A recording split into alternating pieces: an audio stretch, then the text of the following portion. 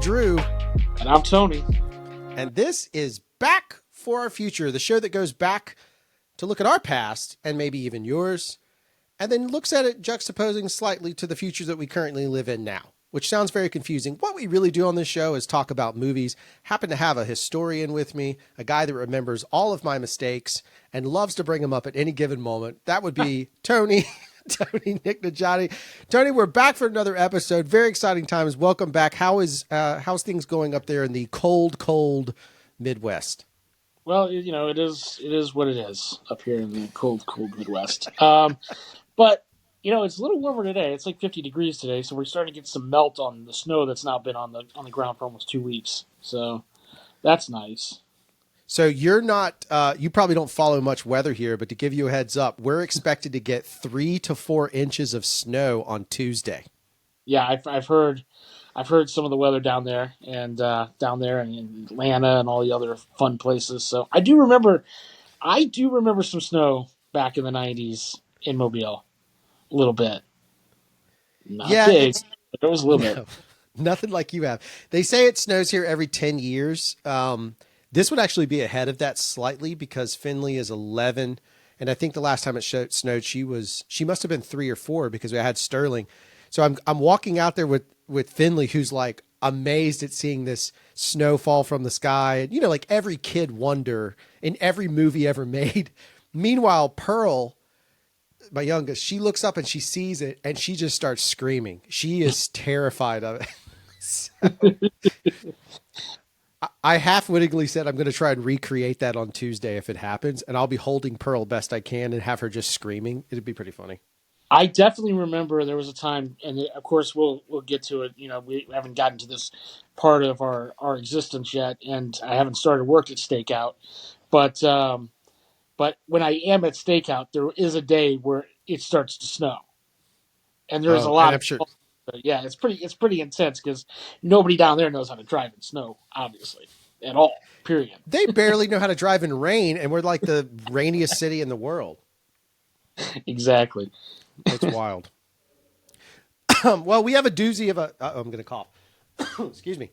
We have a doozy of a show for you all lined up, but we were talking about this offline, and Tony does a very good job of deciding when we break canon. And we're going to break our process for a moment. There's a story that I'm going to let him tell from his perspective, and then I'll chime in with the correct answer. That's such garbage.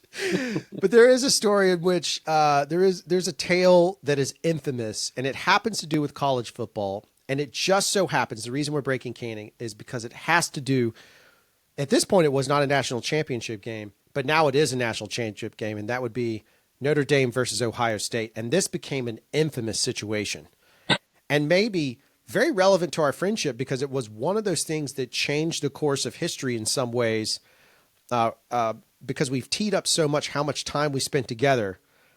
But this moment, this changes that just a pinch, changes it for a bit. It's funny because I feel like this is one of those stories, right? Like, everybody will talk about these stories that have changed over the course of time. And I feel like I've heard you tell this story a lot. I mean, I don't even know how many times, but a lot. And I feel as if every time you tell it, there's some little bit of an exaggerated piece that you throw in there every time. Like, I mean, we'll tell a story, and then I'll tell you all the little exaggerated things that have happened that never really happened, but they are over the course of our couple decades, a few decades. It's been 30 years now since this incident almost. So yeah, I mean it's changed a lot over the course of the telling of it. It's like that game Telephone. It's by the time it gets to the next game. You could say telephone. I'm going to say that this is the story of a legend. This is literally, this story has become a legend, and legends change over time. I mean, if you think about any of them, so this has become a legend. So the exaggeration is for nothing more than that time tends to add flavor. That's all I'm saying. That's all. That's true. I mean, yeah, we get taught stuff in our history books that are probably, is exaggerated at times, because over the course of hundreds of years, you never know what actually happened and transpired. This is a 30-year story. It was a lot of fun, and to be real honest with you, I had kind of exaggerated how good Notre Dame football was in this season too. They're going to start out because this game was going to take place September 30th, 1995. The first game of the season, we played Northwestern, who happened to have their best year, one of their best years in 1995. They had been horrible for decades, and then in 1995 they have this breakout year, and we played Northwestern at the start of the year and lost. And I just remember being a 4 touchdown favorite, and everybody just being amazed that we lost this game, and I heard about it all nonstop. So all of a sudden, this Ohio State game pops up a few weeks later. We won 3 in a row. We're 3-1. Ohio State's 3-0, and we hadn't played Ohio State in my lifetime up until this point. So the last time I think we played them was like 1936 or something like that. So, so I was really excited for this game, and I'm watching it, and my buddy Richard actually had come back in town. I think he was came back. He was going to Auburn at the time, and he had come back in town. He was hanging out over at the house, and so it was just him and I kind of chilling. And I remember this. You were at the Silvernagel's house Yep. because they were big Notre Dame fans, Yep. They were. and again we're going into we're in 1994, but this is 1995, so we're going to go into the future here by a year, but by about a year and a half.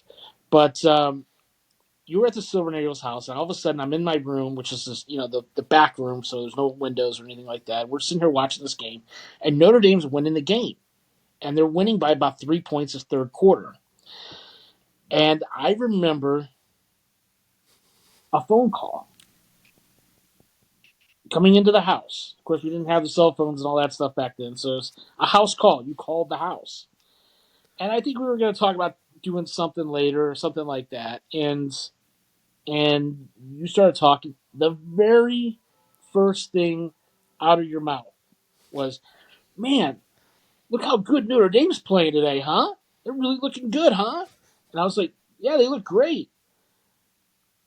No sooner you got that out of your mouth, and I do mean no sooner you got that out of your mouth, Emmett Mosley, who was a good wide receiver for Notre Dame, not great, but good, is back there trying to receive a punt, and he muffs the punt as soon as you say that comment. Drops the punt. Ohio State recovers. Ohio State goes on to win the game by 19 points, 45-26. They're going to win. Not going to say that wasn't going to happen anyway, but I believe you destroyed Notre Dame football at that time frame. I really believed it. He believed it so much that now I'll tell you what memory serves. I was not a massive football fan. And so here's my best mate who is a massive football fan. And I'm called the only football fan standards I had at the time were my dad. And that's like, I still have somewhere in my office is the signed Gene Stallings Sports Illustrated from the 1992 Alabama destroying Miami team.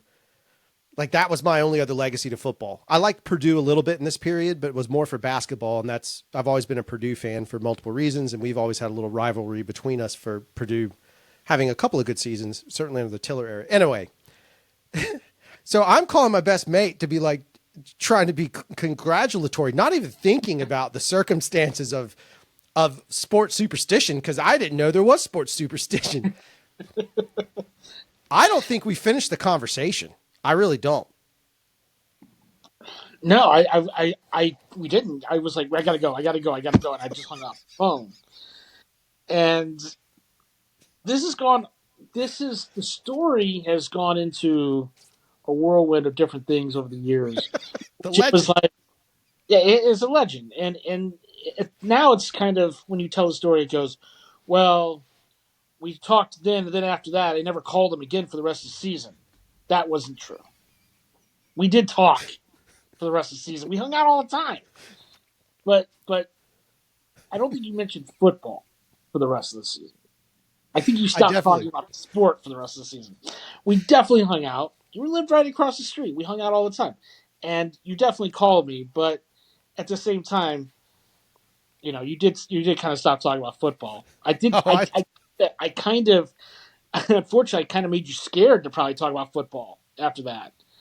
It's one of those things where sometimes I can be, and that's me, and that's my personality a little bit sometimes, where I can be kind of like, dude, what are you doing? And then kind of gives people PTSD to ever bring it up again. I will tell you. The reason I think it was that we didn't talk throughout the rest of the season, was simply because that happened so early, and then we didn't talk maybe for a couple days, just in general timing. Like, it was just Yeah, life. But when you're that young, that feels like a season of football. But it is true that as the legend's gone on, the time has gotten extended. I remember it being like, he didn't talk to me for a week. And then it was like, he didn't talk to me for a month. And then it was like, he didn't talk to me for an entire season, which, which goes both ways. One, as an adult guy now, I know that that's jinxing, and we don't do that. Like, my yeah, dad yeah. is the worst. He's the one with Alabama to this day. He's like, can you believe how good they're playing? And then they just become Alabama and fall apart. Like, this season, if anybody wants to blame someone for Alabama, you can't blame, you can only blame GW Hull. He's the only one that caused that. It's 100% him with all of his stuff. Same way with the South Alabama games. Every time he'd go to a USA game with me, South loses. I go by my South, South wins. So it's because he says he jinxes it. So I get it. On the other side of it, it creates the story dynamic of like a whole season. Oh yeah, it was a season, guys. It was absolutely, it makes for a better story. It's basically the plot of the league in some ways. We just had it way ahead of everybody else. No, it was funny for sure. I mean, you got to remember too, we're in school at the time, Yeah. so well, in '95. I mean, by that time I had started college. You're Yeah. still in high school. But I mean, Yeah. still, we're still going to classes and things like that throughout the week, There we go. and so we may not talk. It's very possible we didn't talk for like a week, or something like that, because we're busy during the week. So I mean, that's very possible. But yeah, I mean, I've gotten better over the years. I'm no more. I'm not really like that. There's He's another. not. There's another. I'm only laughing. He's not. He has gotten better. I'm not saying he's not gotten better. He has gotten better. I'm laughing only because I don't know if you're about to tell what I think you're going to say, but I'll let you say it. But I just want to interject real quick. Now I Okay. have this nice circumstance where, especially in this playoff, because I didn't have a dog in the fight, so to speak. I hate Georgia, so I was happy to see him go. Can't stand Tennessee. So I'm in two spots. I have one, my best friend in the entire universe that I've known the Oh, longest, Notre right. Dame fan, and then co-host of another podcast I do, and a very close friend of mine. He is Yeah. from Ohio and he's a Buckeyes fan. I will not text either one of you guys during a game. I No. will not even do it, especially right now. I am not going to lose two friends over the jinx. It's not going to happen. It's not happening. It's funny because I can talk during games and stuff, but because of this story and because it's been told so often to so many people, nobody will call me during games now ever. Well, maybe I did you a favor. You get your You peace and give quiet me a during a sign. football game. It's funny because we have another buddy, Andy, who I talk to all the time on college football days, and and we talk during games all the time. But yeah, he's still like that. He'll be like, I'm gonna get off the phone so you can watch your game because I know you don't want to talk. I was like, all right, all right, all right. It goes back to this story. It does, and it's hilarious. 30 years later, it's still part of our heritage for sure. But I mean, there's a couple funny things like there's this, and there's things while I'm watching sports I just don't like, right? And one of them is somebody saying that the game is going well or it's over or any of Oh that yeah. stuff. When you do that in the middle of a game, you're asking for something horrible to happen right then, and it did in this case. And then there's the time when you you texted, and I hadn't even seen the event yet. Oh yeah. Yep. Yep. That was the Brock Lesnar situation. That was the Brock Lesnar Frank Mir fight, and I was Yep. like, and the only reason that was even a thing that night was because I was with a whole group of people, like a massive party because it was like UFC 100, Yeah. and I was with in a massive group of people, and we happened to put he TiVo'd it, so we were like 20 minutes behind. We weren't that far, but we were like 20 minutes behind.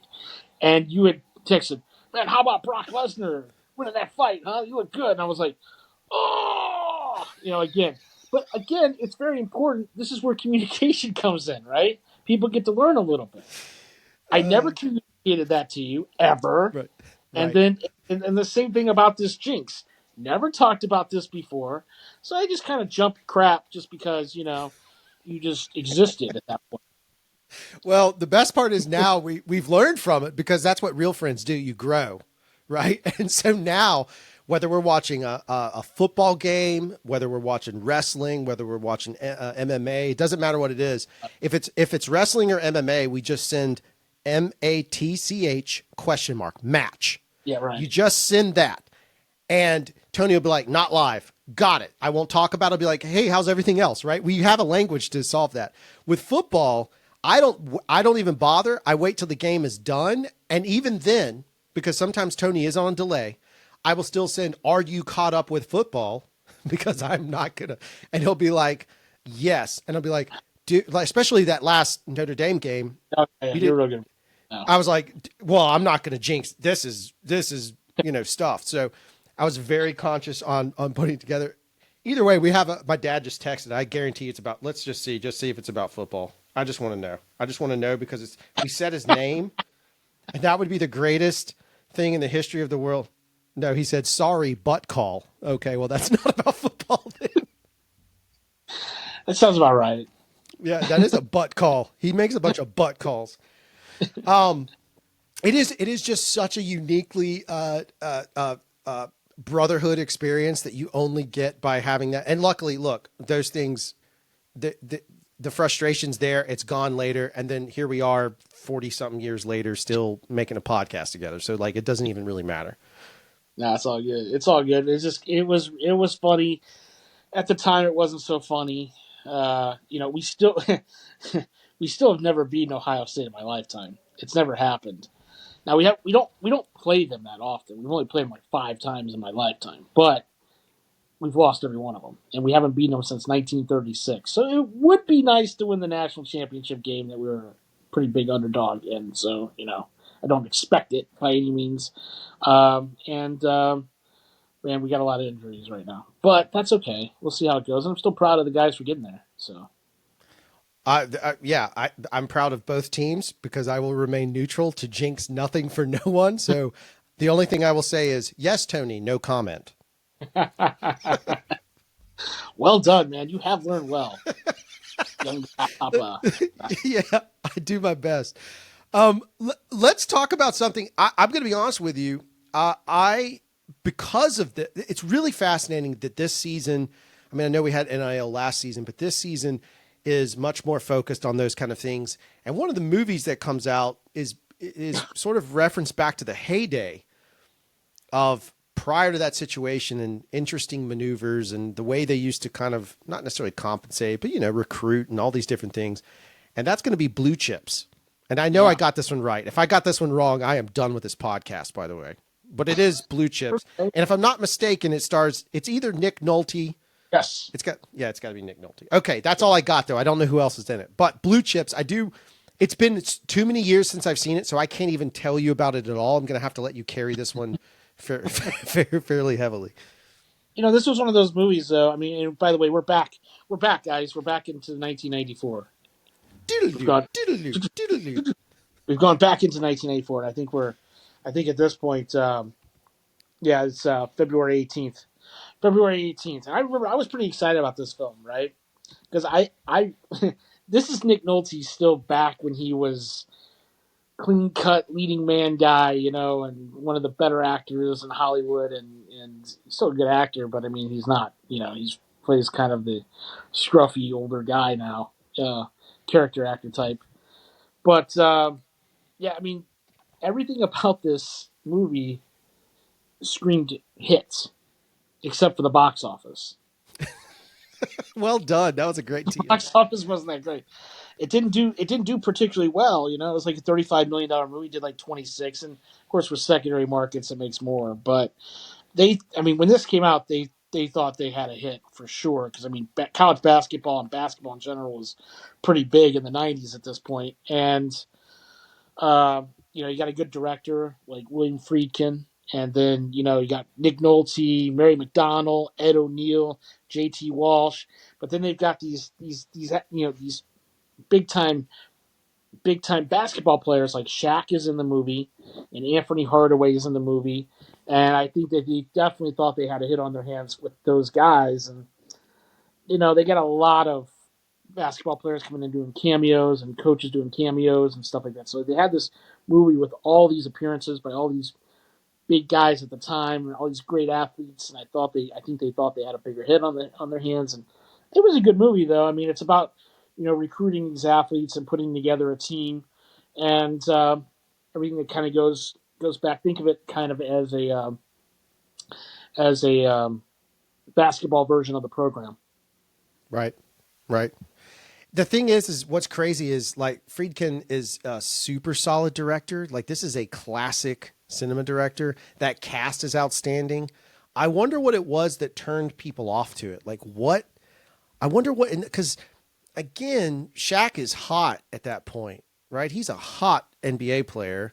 Um, Hardaway's hot. They're all, I mean, you're talking about like, it's just interesting that it didn't do as well, especially because 94, we're starting to get into really strong Bulls era, are we not? So basketball's peak at Oh this yeah, I point? mean basketball's huge at this point. I mean we're Yeah. definitely in the Bulls. This is the Bulls era. This is the era that is going to drive me nuts. Right. As a Knicks fan. I'm a huge Knicks fan, and this is a tough era. The Knicks are very good in this era, but I'm just saying that in quite a few cases they're going to get stonewalled by the Bulls, or in some cases the Pacers. Yeah. Yeah. Yeah. That's true. It's just interesting though, because it seems like it should have done better. What do you have any kind of just thought process wise of why it may not have performed as well? I think sometimes you're going up against other movies. Like that week was On Deadly Ground, Steven Seagal, which we're going to get into him, and Reality Bites and stuff like that. And I think sometimes you can. We're in February, and February is still not a hugely strong month at the box office. And I'd have to look at weather and stuff like that in some of these places, but that plays a part. We're still in Yeah. winter, and sometimes people just don't get out to the theater as much. Sometimes they can't. Like Right. Fair point. we had really bad snow here for the last week or so, couple weeks. So people weren't going out as much. I mean, so that happens too, and that can kind of play a part in box office and totals and stuff like that. And sometimes a movie will come out, you can't go that weekend, and then by the next weekend something else has come out, and so you look at all that and that all plays a part. I just don't think it was necessarily a strong movie. Sports movies are kind of like, in a lot of ways, kind of like Christmas movies. They can be kind of classics, and a lot of people will be like, "Oh, I love that movie," but for whatever reason, even the Christmas movies, they don't always have huge box office numbers. So they're not like action movies and some of the other types of genres. I don't know. Some sports movies do better than others. Some Christmas movies do better than others. But just like the movie Red One, which I thought was really good, they made it for $250 million. You're not gonna make 500 million on a Christmas movie. It's not gonna happen. So even if it's an action movie, but it's a Christmas movie, those movies just don't make that kind of money. Right. So it's just that kind of thing. I think that kind of falls to blue chips as well. I mean, That's good. it's a decent movie. I wouldn't say it's a great movie though. Right. No, Sort of- that's a very good take. It's a very good take on it because juxtaposed against that are the other two movies you mentioned, whether we like it or not. Now, if we're looking at present day Steven Seagal, like I get it. He's a meme. There's a lot of jokes yeah. at his expense, sometimes even at our own as human beings, but there's a lot of stuff that riffs on Steven Seagal. But in 1994, this guy is still riding his. He's not gone straight to video yet. Like he's still Yeah. putting out some solid stuff. and that's what he comes up with his which is On Deadly Ground, and different kind of action movie, because there was a little bit of an, if I'm not mistaken, there's a little bit of an environmental message in this that that's correct, right? There is an Yeah, isn't yeah, absolutely. Yeah, this is. yeah.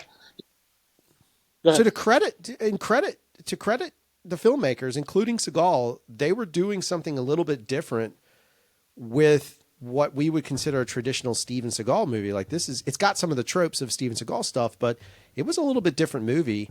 It's been years since I've seen it. I don't really celebrate his catalog as much, but some of his older movies I enjoy. Like Mark for Death is a classic.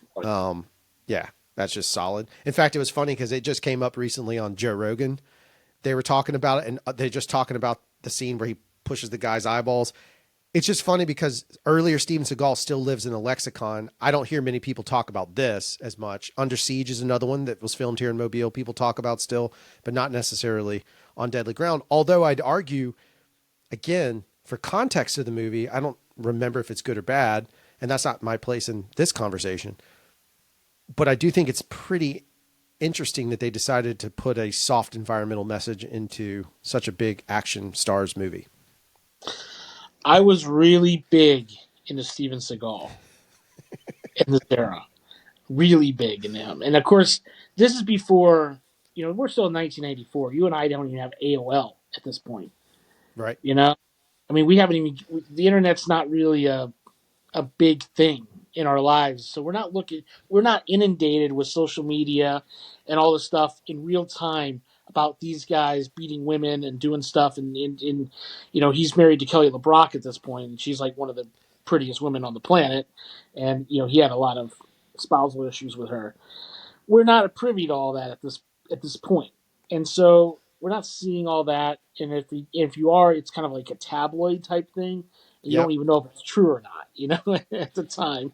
So Steven Seagal was huge. Like, I liked him a lot. He was a big action star. And the first five movies that he puts out before this, like, I loved every one of them. I still remember just jumping over everything to go see Out for Justice, Yep. which I just thought was an awesome movie. It's just really cool. And I just remember just wanting to see all his movies because I was just into his action.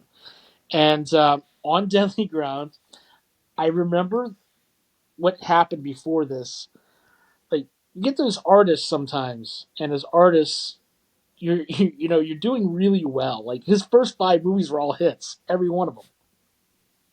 And then you get to this point where he goes, okay, well, his bread is being buttered by action movies. Like, that's who he is. But he hated it. He couldn't stand being an action star. He wanted to be like a dramatic lead. Like, this is what he wanted to do. And as a producer, you'd be like, "Oh, come on, man! Like, dude, you're doing so well. We're releasing movies, you're making money, and like he's got like mob ties and all this other stuff. Like, there's all kinds of stuff about Seagal films, right? And so I know, they want to make money, no doubt. And here comes Seagal, the artist, and he directs on Deadly Ground. I don't even know if you knew that. I did not know that. He directed it. He produced it. He was part of the writing team. I mean, he stars in it. This is that movie, Right. and got a $50 million budget, and it does pretty well. It does almost 80 million. And this movie, it's a good movie, but he's got this like. I remember, if you watch the movie, there's a scene where a guy's like beating up on a Native American in a bar, and then Steven Seagal kind of breaks it up, and then goes into this long speech Oh about being no. kind to each other. And this is the stuff he wanted to do. Like, all of a sudden, it's this preachy message, and you never get any of this in the first five Seagal films. It was a total departure, right? And it's got the funny thing about this film is it has one of the greatest villain lines, maybe of all time, and that's John C. McGinley. And because the cast in this is brilliant, right? It's Michael Caine, John C. McGinley, Joan Chen. You got an early appearance by Billy Bob Thornton, but John C. McGinley tries to goes to this older guy played by Richard Hamilton, and he goes, and at one point he's about to chop off his fingers to get information, and he says to him, and it's such a great quote. He goes, "At present count, you have 10 fingers. I really don't want to have to ask this question 10 times." It's a great Yeah. line. And It's if a you really good hear, line. and if you know, if you, because when you say it, I remember it, but I also can hear it in John C. McGinley's tone, which if y'all don't know who he is, the quickest way to get there is he's the kind of jerky doctor from Scrubs, but the Right. way he delivers stuff is so direct and so sarcastic and so perfect. Him delivering that line, it really is. It is a great line. And you used it a lot growing up. That became I one of did. your I did. Loved it. I loved it. I thought it was amazing. Those types of lines stick with me, and it was unique yeah. in his approach to it, and how he delivered it, like you said. And it's not the kind of line that I've ever heard in a movie before. So yeah, I've used it quite a few times over the years. Not that I cut people's fingers off. I want to be very clear about that. We need to tell people that because that's what's happening in the movie when he says it. Apparently, there's 10 games left this season. I don't want Yeah. to have to cut your finger off. The Now Steven's going to have some, decent hits after this. Like he's got Exit Wounds, and Yep. he's got The Glimmer Man and Under Siege 2, which is a complete departure from the first one, but it's going to do pretty well. And then that's about it. So I really kind of thought this movie right here was starting to be the fall a little bit. Yeah. I think you kind of can see it here a little bit, that people were like, okay, so now he's going to. I just remember this movie coming out and people talking about it, and they weren't as excited about Steven Seagal as they were when Hard to Kill and Marked for Death and all those movies, and they're going, why is he being so environmental, and what's his deal here? And well, he directed it. And he put whatever he wanted to into it, and it's not a bad movie by any means, but it's certainly not as good as the first 5 films. Yeah. Yeah. It's definitely one that is, I don't mean it rudely, but his other films stood the test of time. They were memorable. This is kind of forgettable. And it brings up a very simple statement that, and I'll call this my segue, that sometimes reality, Tony, it just bites, which is our next Yes. movie. Yes. Now, I'm going to say something extremely controversial right here, folks. Okay. This is going to be the most controversial thing I may have said on this show to date. And I say a lot of terrible stuff, but this is number one. This is the prime example for me, Drew Hall, not Representative Tony Dick Najati. This is the prime example of where the soundtrack was way better than the film. That's true. Oh, you Yeah. agree? Circle gets a square. Okay. I Okay. do. I mean, I like the film. I do like the film, and I like the cast. And of course, it's directed by Ben Stiller, and this is when he was really had a great approach behind camera. He really liked to make thoughtful things and stuff like that. But this is kind of in that era for him, and he hasn't gotten too big for his britches yet. So this is still that fun era of Ben Stiller, and Winona Ryder, Ethan Hawke, Janine Garofalo, and John Mahoney. Like the cast is really great here, and it's a good movie. And I remember watching it at Village Six, and Right. it did really well, and it did really well at the box office. But man, this soundtrack is knockout. It's really good. Yeah. Yeah, and I want to cover it on the movie side, though. I think it's interesting. I have a memory of the Fab Five, which was these five girls that I was in high school with. They were all very close. They hung out in our circle eventually, and I mean, I had crushes on all of them. It kind of just, I wanted to. They were all amazing. I still talk to a few of them, Jackie especially. But like those five girls, I remember them loving this movie so much, and I think it partly because of the boys that were in it, and I think partly because of the sort of vibe of it. But this film has been long stated by many sort of culture historians as being the awakening of the grunge era into mass media. This is the movie that really brought grunge and the whole idea of grunge to the mass media. And though we were listening to some of these bands, a lot of alternative bands, this really did bring grunge to the forefront. This is when we started seeing, at least in our circle, I remember, this is when the flannel trend starts kicking up. This is when other little cultural moments start showing. Tony never wore flannel because that was not his jam. In case anyone has forgotten, you didn't actually even wear the flannel. Most of the time where we were, it was so freaking hot. You tied it around your waist. You can wear that stuff. You'd sweat your face off. Yeah. No, I mean, I would say I would agree with you. I mean, this movie is part of that, and this movie and Singles were kind of the Yep. movies that kind of launched into that because Singles has got that great soundtrack with all those grunge bands you're talking about. So, Yep. but yeah, I mean, there are iconic songs on the soundtrack that when you hear them, you're immediately transported back into the '90s, like Yep. that. Like there's no mistaking which era this song came from. You know it. I mean, like, oh, I was in high school at that time when this song came out. This particular song, and I want to go over some of them because I mean, I watched the movie. Like I said, I watched this movie at Village 6, which was kind of the theater to watch a movie like this. I felt like, Yeah. um, It was and grungy. yeah, it was. And I saw, by the way, I had seen on Deadly Ground at Carmike. I didn't mention that, but I did see Yep. that one on the Carmike. And I saw Blue Chips there too. I didn't mention that because that's part of what we do on this show is talk about where we saw these movies. Yeah.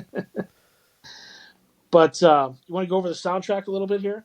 I very much would because I'll be honest. I owned the soundtrack. I listened to the soundtrack. We talked about the soundtrack and we celebrated the soundtrack.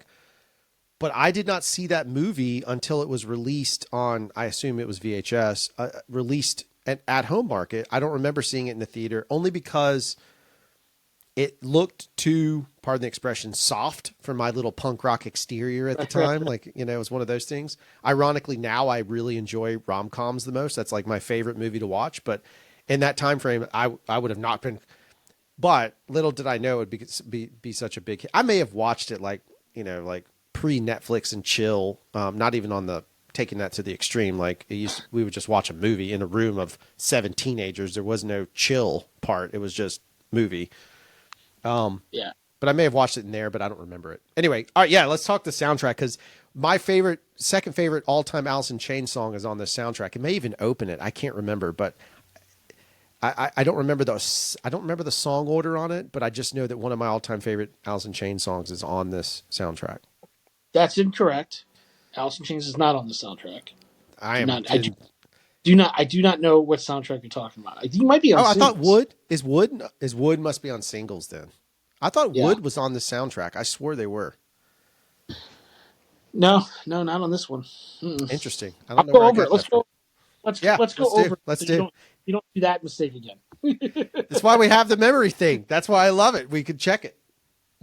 So it opens up with My Sharona by the Knack. Yep. It opens up with a band that you did like in this era. I mean, the second song, "Spin the Bottle" by Julian and Hatfield 3, Oh yeah, I which did was love a them very much. yeah. I don't know if you're getting them confused with Alice in Chains, but there's Juliana and Alice. Maybe I don't No, know. Different no. There band. could be so one thing that could have happened. Yeah, yeah. One thing that could have happened is in this time frame I was making mixtapes for the Fab Five, and so It's probably there's a very real reality. I do remember the beginning of a mixtape that I made that had the song Wood, and then it had Juliana Hatfield 3 yeah. somewhere close to the front end. So maybe that's what I've done. I'm not totally sure. But I did. Julian Hatfield 3, I think, was my attention to them came from Megan Pizzio. So shout out Megan for introducing them to that band. I remember she was a big fan. Nice. Then we get "Bed of Roses" by the Indians. "When You Come Back to Me" by World Oh, yeah. Party. "Going Going Gone" by the Posies. Then we get a classic song off this album. The song "Stay" by Lisa Loeb. I mean, that's how many times have Oh, you heard right. that? Right. Yeah. Six Yeah. hundred billion times. It's a classic song. "All I Want Is You" by U2. "Locked Out" by Crowded House. "Spinning Around Over You" by Lenny Kravitz. "I'm Nothing" by Ethan Hawke. Um, "Turnip Farm" by Dinosaur Jr. Yep. Yep.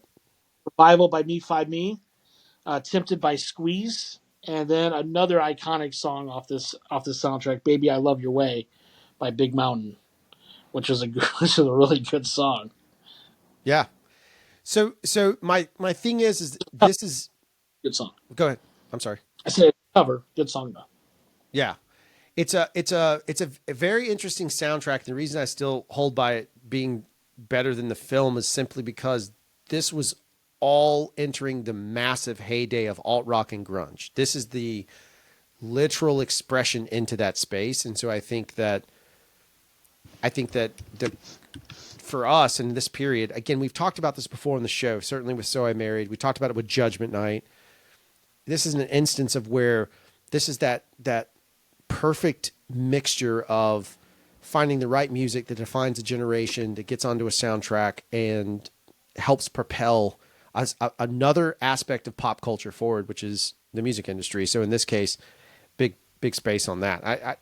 Good stuff. I wish the movie I could connect to the movie. I've not watched it in years and years. Yeah. Maybe I'd relate more now, having gone through some of the circumstances they were going through. But I definitely, I don't connect to it now, or didn't connect to it then, rather. And I did a little research while you were talking there, and yeah, I mean I know the single soundtrack. I know Wood is on it. I was trying to remember if it opened it up. Yeah, Wood opens up the single soundtrack, so There we go. literally what you're thinking of. And if you watch these movies, they're pretty closely related. That's why I mentioned them Yeah. together, because I mean they're both part of that scene, and different soundtracks, because singles really is mostly Seattle grunge in Right. that era, Right. but this is a little bit different. Reality Bites has a little bit different soundtrack. They have some of those types of bands, but some rock bands and stuff like that, and some more poppy type songs. When does Singles drop? When does it come out? That's 2 years before. That's 1992. All right, so yeah, so Singles set the pace then for the grunge era, and then this is the alternative movement. I knew it was one of the two. It's been a minute, but it basically was like signaling that we were moving into another phase, which leads into the alternative side. Because you got to think the grunge era dies in like arguably in 94, 95, 90, maybe 96, 95, 96, and then we start moving into another musical era anyway. So the grunge era is only here for like 4 years or so. So we're getting Yeah, close to we'll get into it in the next episode because it's coming up. But right, I mean, Kurt Cobain dies right. in 1994, which is not too far from where we are now when as we're in this podcast. That's kind of the start of the death of grunge as far as that, that label. There we go. I think it's fascinating on that side of it, to take us through it. So jumping ahead, we get to February 25th. We get Sugar Hill. I remember the poster. Yeah. I don't remember much past that. I don't even know if I've actually ever seen the movie. I think I know what it is, but again, tee that one up. And I'd imagine, where did you end up seeing this film? Because it would, if I'm not mistaken, this is at the time would have normally been shown at a very specific theater. So I imagine, Yeah, yeah, I did. I saw it there. Probably one of the last movies I did see there, quite honestly, was at Dolphin Street. Um, and, it's part of this. So it's Wesley Snipes kind of getting back to those roots of doing that the crime drama films, and it puts him back in touch with Barry Michael Cooper, who is the writer who does New Jack City and Above the Rim. It's kind of like his. They always called Cooper's trilogy as the Harlem trilogy, because right. there's those three movies. He wrote all three of them, including Sugar Hill and, like I said, Above the Rim and New Jack City. Of course, Wesley Snipes is amazing in New Jack City. And so I was really intrigued by this film when it came out, because he's back to doing that and those types of films, which I thought he was really good in. Maybe giving him another chance to make up for what he did to me in Boiling Point, which was, not his finest work. I used Oh, to well recommend. done. And so yeah, I mean, I really dug Sugar Hill. I dug this movie. I thought it was really really good, and a good role for Wesley. I think it's kind of been overlooked over the course of time. Wasn't by any means a big hit by by standards of what a box office hit is, 18 million on a $10 million budget. But yeah, good film, and I would recommend it. We'll talk about that later, but I would maybe recommend this one. Yeah, that's good. I also going on in music during this period though is we're starting to see this is we're a little more. I mean, it started earlier than this, but we're still in the heyday of like that a little more aggressive hip hop rap Right. type scene, and so we're seeing. I guess they called it gangster rap back then, but we're into that vibe of it, and we're into that a little bit more. And this spoke to just like Reality Bites spoke to a very specific demographic in terms of people. Singles did too. This film did as well, and so did some of the other ones. So it had a very specific sort of market that it was after, and it does it very effectively. We'll touch on that, of course, as we're hinting to other bits. We jump ahead and we're stepping into March, and we get into a movie that is an unexpected, enjoyable experience for me. And I remember this movie. I can't remember if I saw this in theater. So if I saw it with you, that great. But if I didn't, I have seen it subsequent times, and that's going to be Guarding Tess. And not a movie you would think, as a guy who said he didn't like Reality Bites, why would I like Guarding Tess? But there's just something really endearing about the movie that really stuck with me for whatever reason, that it's just been burned in my brain for 30 years. It's a good movie. I mean, it's Nicolas Cage, Shirley MacLaine. She's a first lady, and he's part of the Secret Service, and he's been put on the detail of guarding her. And so she's pretty high maintenance, and all the hijinks between them and their characters and everything else that goes on. And I mean, I think two good performances, two good actors, and it's a funny movie, quite honestly, and did pretty well. But I remember seeing it at the Dollar Theater. This was a Dollar Theater for me. Like I jumped over there after school at the time when I was still gone in 1994. I'm still going to Arnold School. And so, yeah, I mean, jumped over there and watched it and enjoyed it quite a bit. Chances are this was a either movie gallery rental for me or a Farmore rental, most likely. Rented based on, not because I was a Shirley MacLaine fan, because I like Nick Cage. So it Sure. was probably something where I went through and got it for that reason. And again, fun little movie. I just, for whatever reason, it's endeared as I've said this before, certain movies for me have always left me with a warm feeling. And for whatever reason, it's a warm feeling movie for me in the sense of the memory of it. It doesn't necessarily mean the movie is, but the memory of it is. Then we get into the prequel to, I was going to make a Ben Stiller joke about Simple Jack because the movie, Yeah. the movie Simple Jack's a reference to a later Ben Stiller film, if you guys don't know. But anyway, so the movie that's coming out is Lightning Jack. I'm not going to pretend like I remember this. I have theories in my brain, but it's a little game called Does Drew Remember? And for some reason, I keep seeing Paul Hogan, and I don't think That's right. that's accurate. No, No that's correct. way. You got that. You got that. You got this one. Nice. I love it. Score a point for Drew. Yeah, the 1 point for mixing up another soundtrack in the middle of the show. What? I don't even remember this movie. What is Lightning Jack even about? So, I mean, it's Paul Hogan, so it's going to be kind of like, well, I was always a big Paul Hogan fan. I liked him. I always thought he was pretty funny. He didn't make a lot of movies in his career because he got started kind of late in his career. But yeah, it's a Western comedy, and it has him and Beverly D'Angelo and Cuba Gooding Jr., who seem to pop up in all these weird movies because I don't think they ever could figure out. I mean, when Cuba Gooding Jr. starts his career with Boys in the Hood, you know, and just I just figured they never could quite figure out what to do with Cuba Gooding Jr. and he just kept taking weird scripts. And yeah, this would be one of those where he pops up as kind of his mute friend, and yeah, it's a funny movie about an Australian outlaw, who's in the American West, Yeah, and yeah. so you get a lot of hijinks from that, and it's kind of like an old comedy western type film, and I enjoyed it. I'm a Paul Hogan guy. I liked his humor. I liked his acting. Did okay at the box office. Wasn't by any means a smash hit, but certainly never got back. I mean, I feel like almost every Paul Hogan movie, except for maybe Almost an Angel, was them trying to get back to Crocodile Dundee. You Yeah, know, yeah. and unfortunately, because like Crocodile Dundee even Crocodile Dundee 2 were both massive hits. So then after that, it was like, okay, what can we do to get back to the Crocodile Dundee era of massive money in these comedies? And doesn't do that, but still an entertaining film. Yeah, it's definitely one of those scenarios of lightning in a bottle, and they just couldn't ever recapture it. And so I get it. I look, I love Crocodile Dundee. I mean, which kid Oh didn't yeah, grow up going around saying the knife line 1,000 times? We all said it like 1,000 times. Jonathan Howard, I remember saying it to me. Like it was a big deal to make that joke as a kid. It meant something.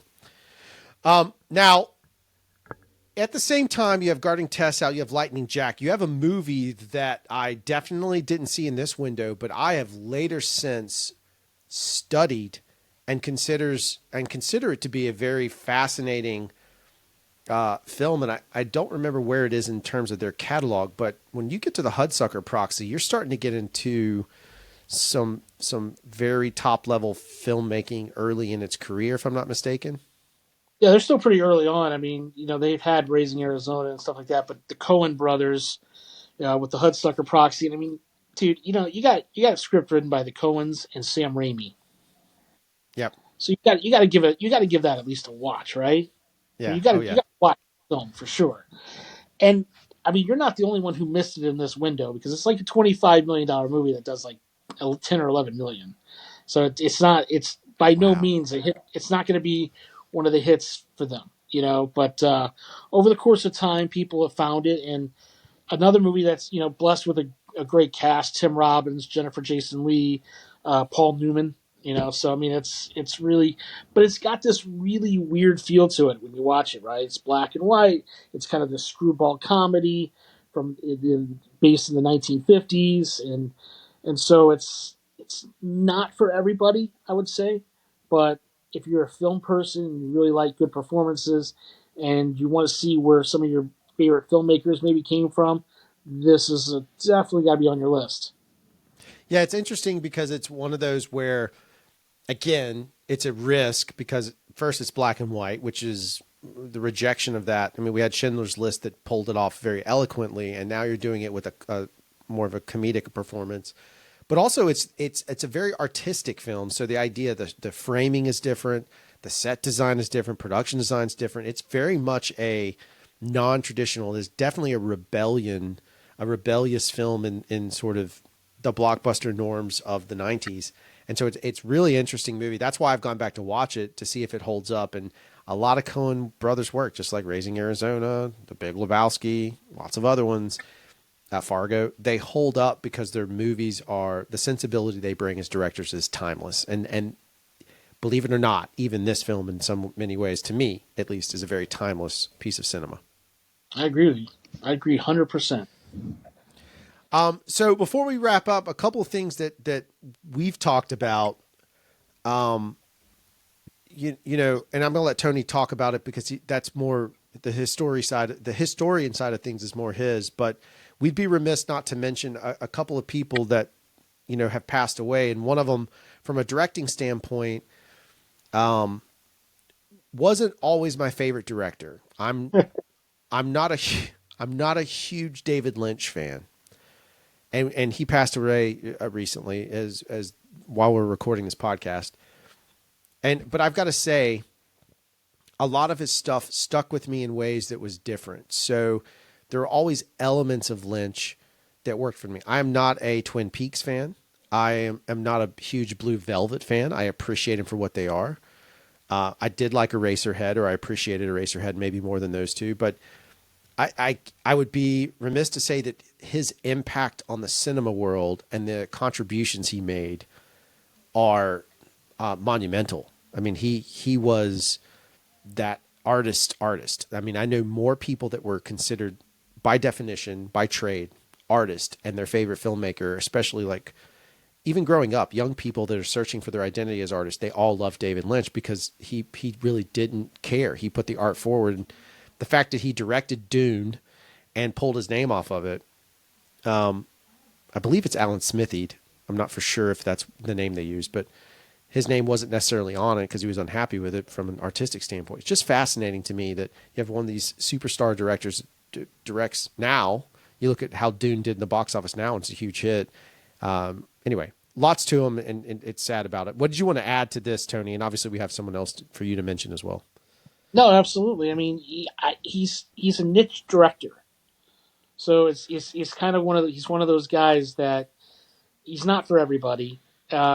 Not everybody likes him. I over the years I've heard people be like, I'm not into that film. Whether it be I'll mention a couple of the other ones that you didn't necessarily mention right there, but like Wild at Heart, Lost Highway, of course, Mulholland Drive, and he's got great visuals, and that was kind of his thing, and really thought-provoking scenes that would stick with you, whether because they were just very nefarious or just really well crafted.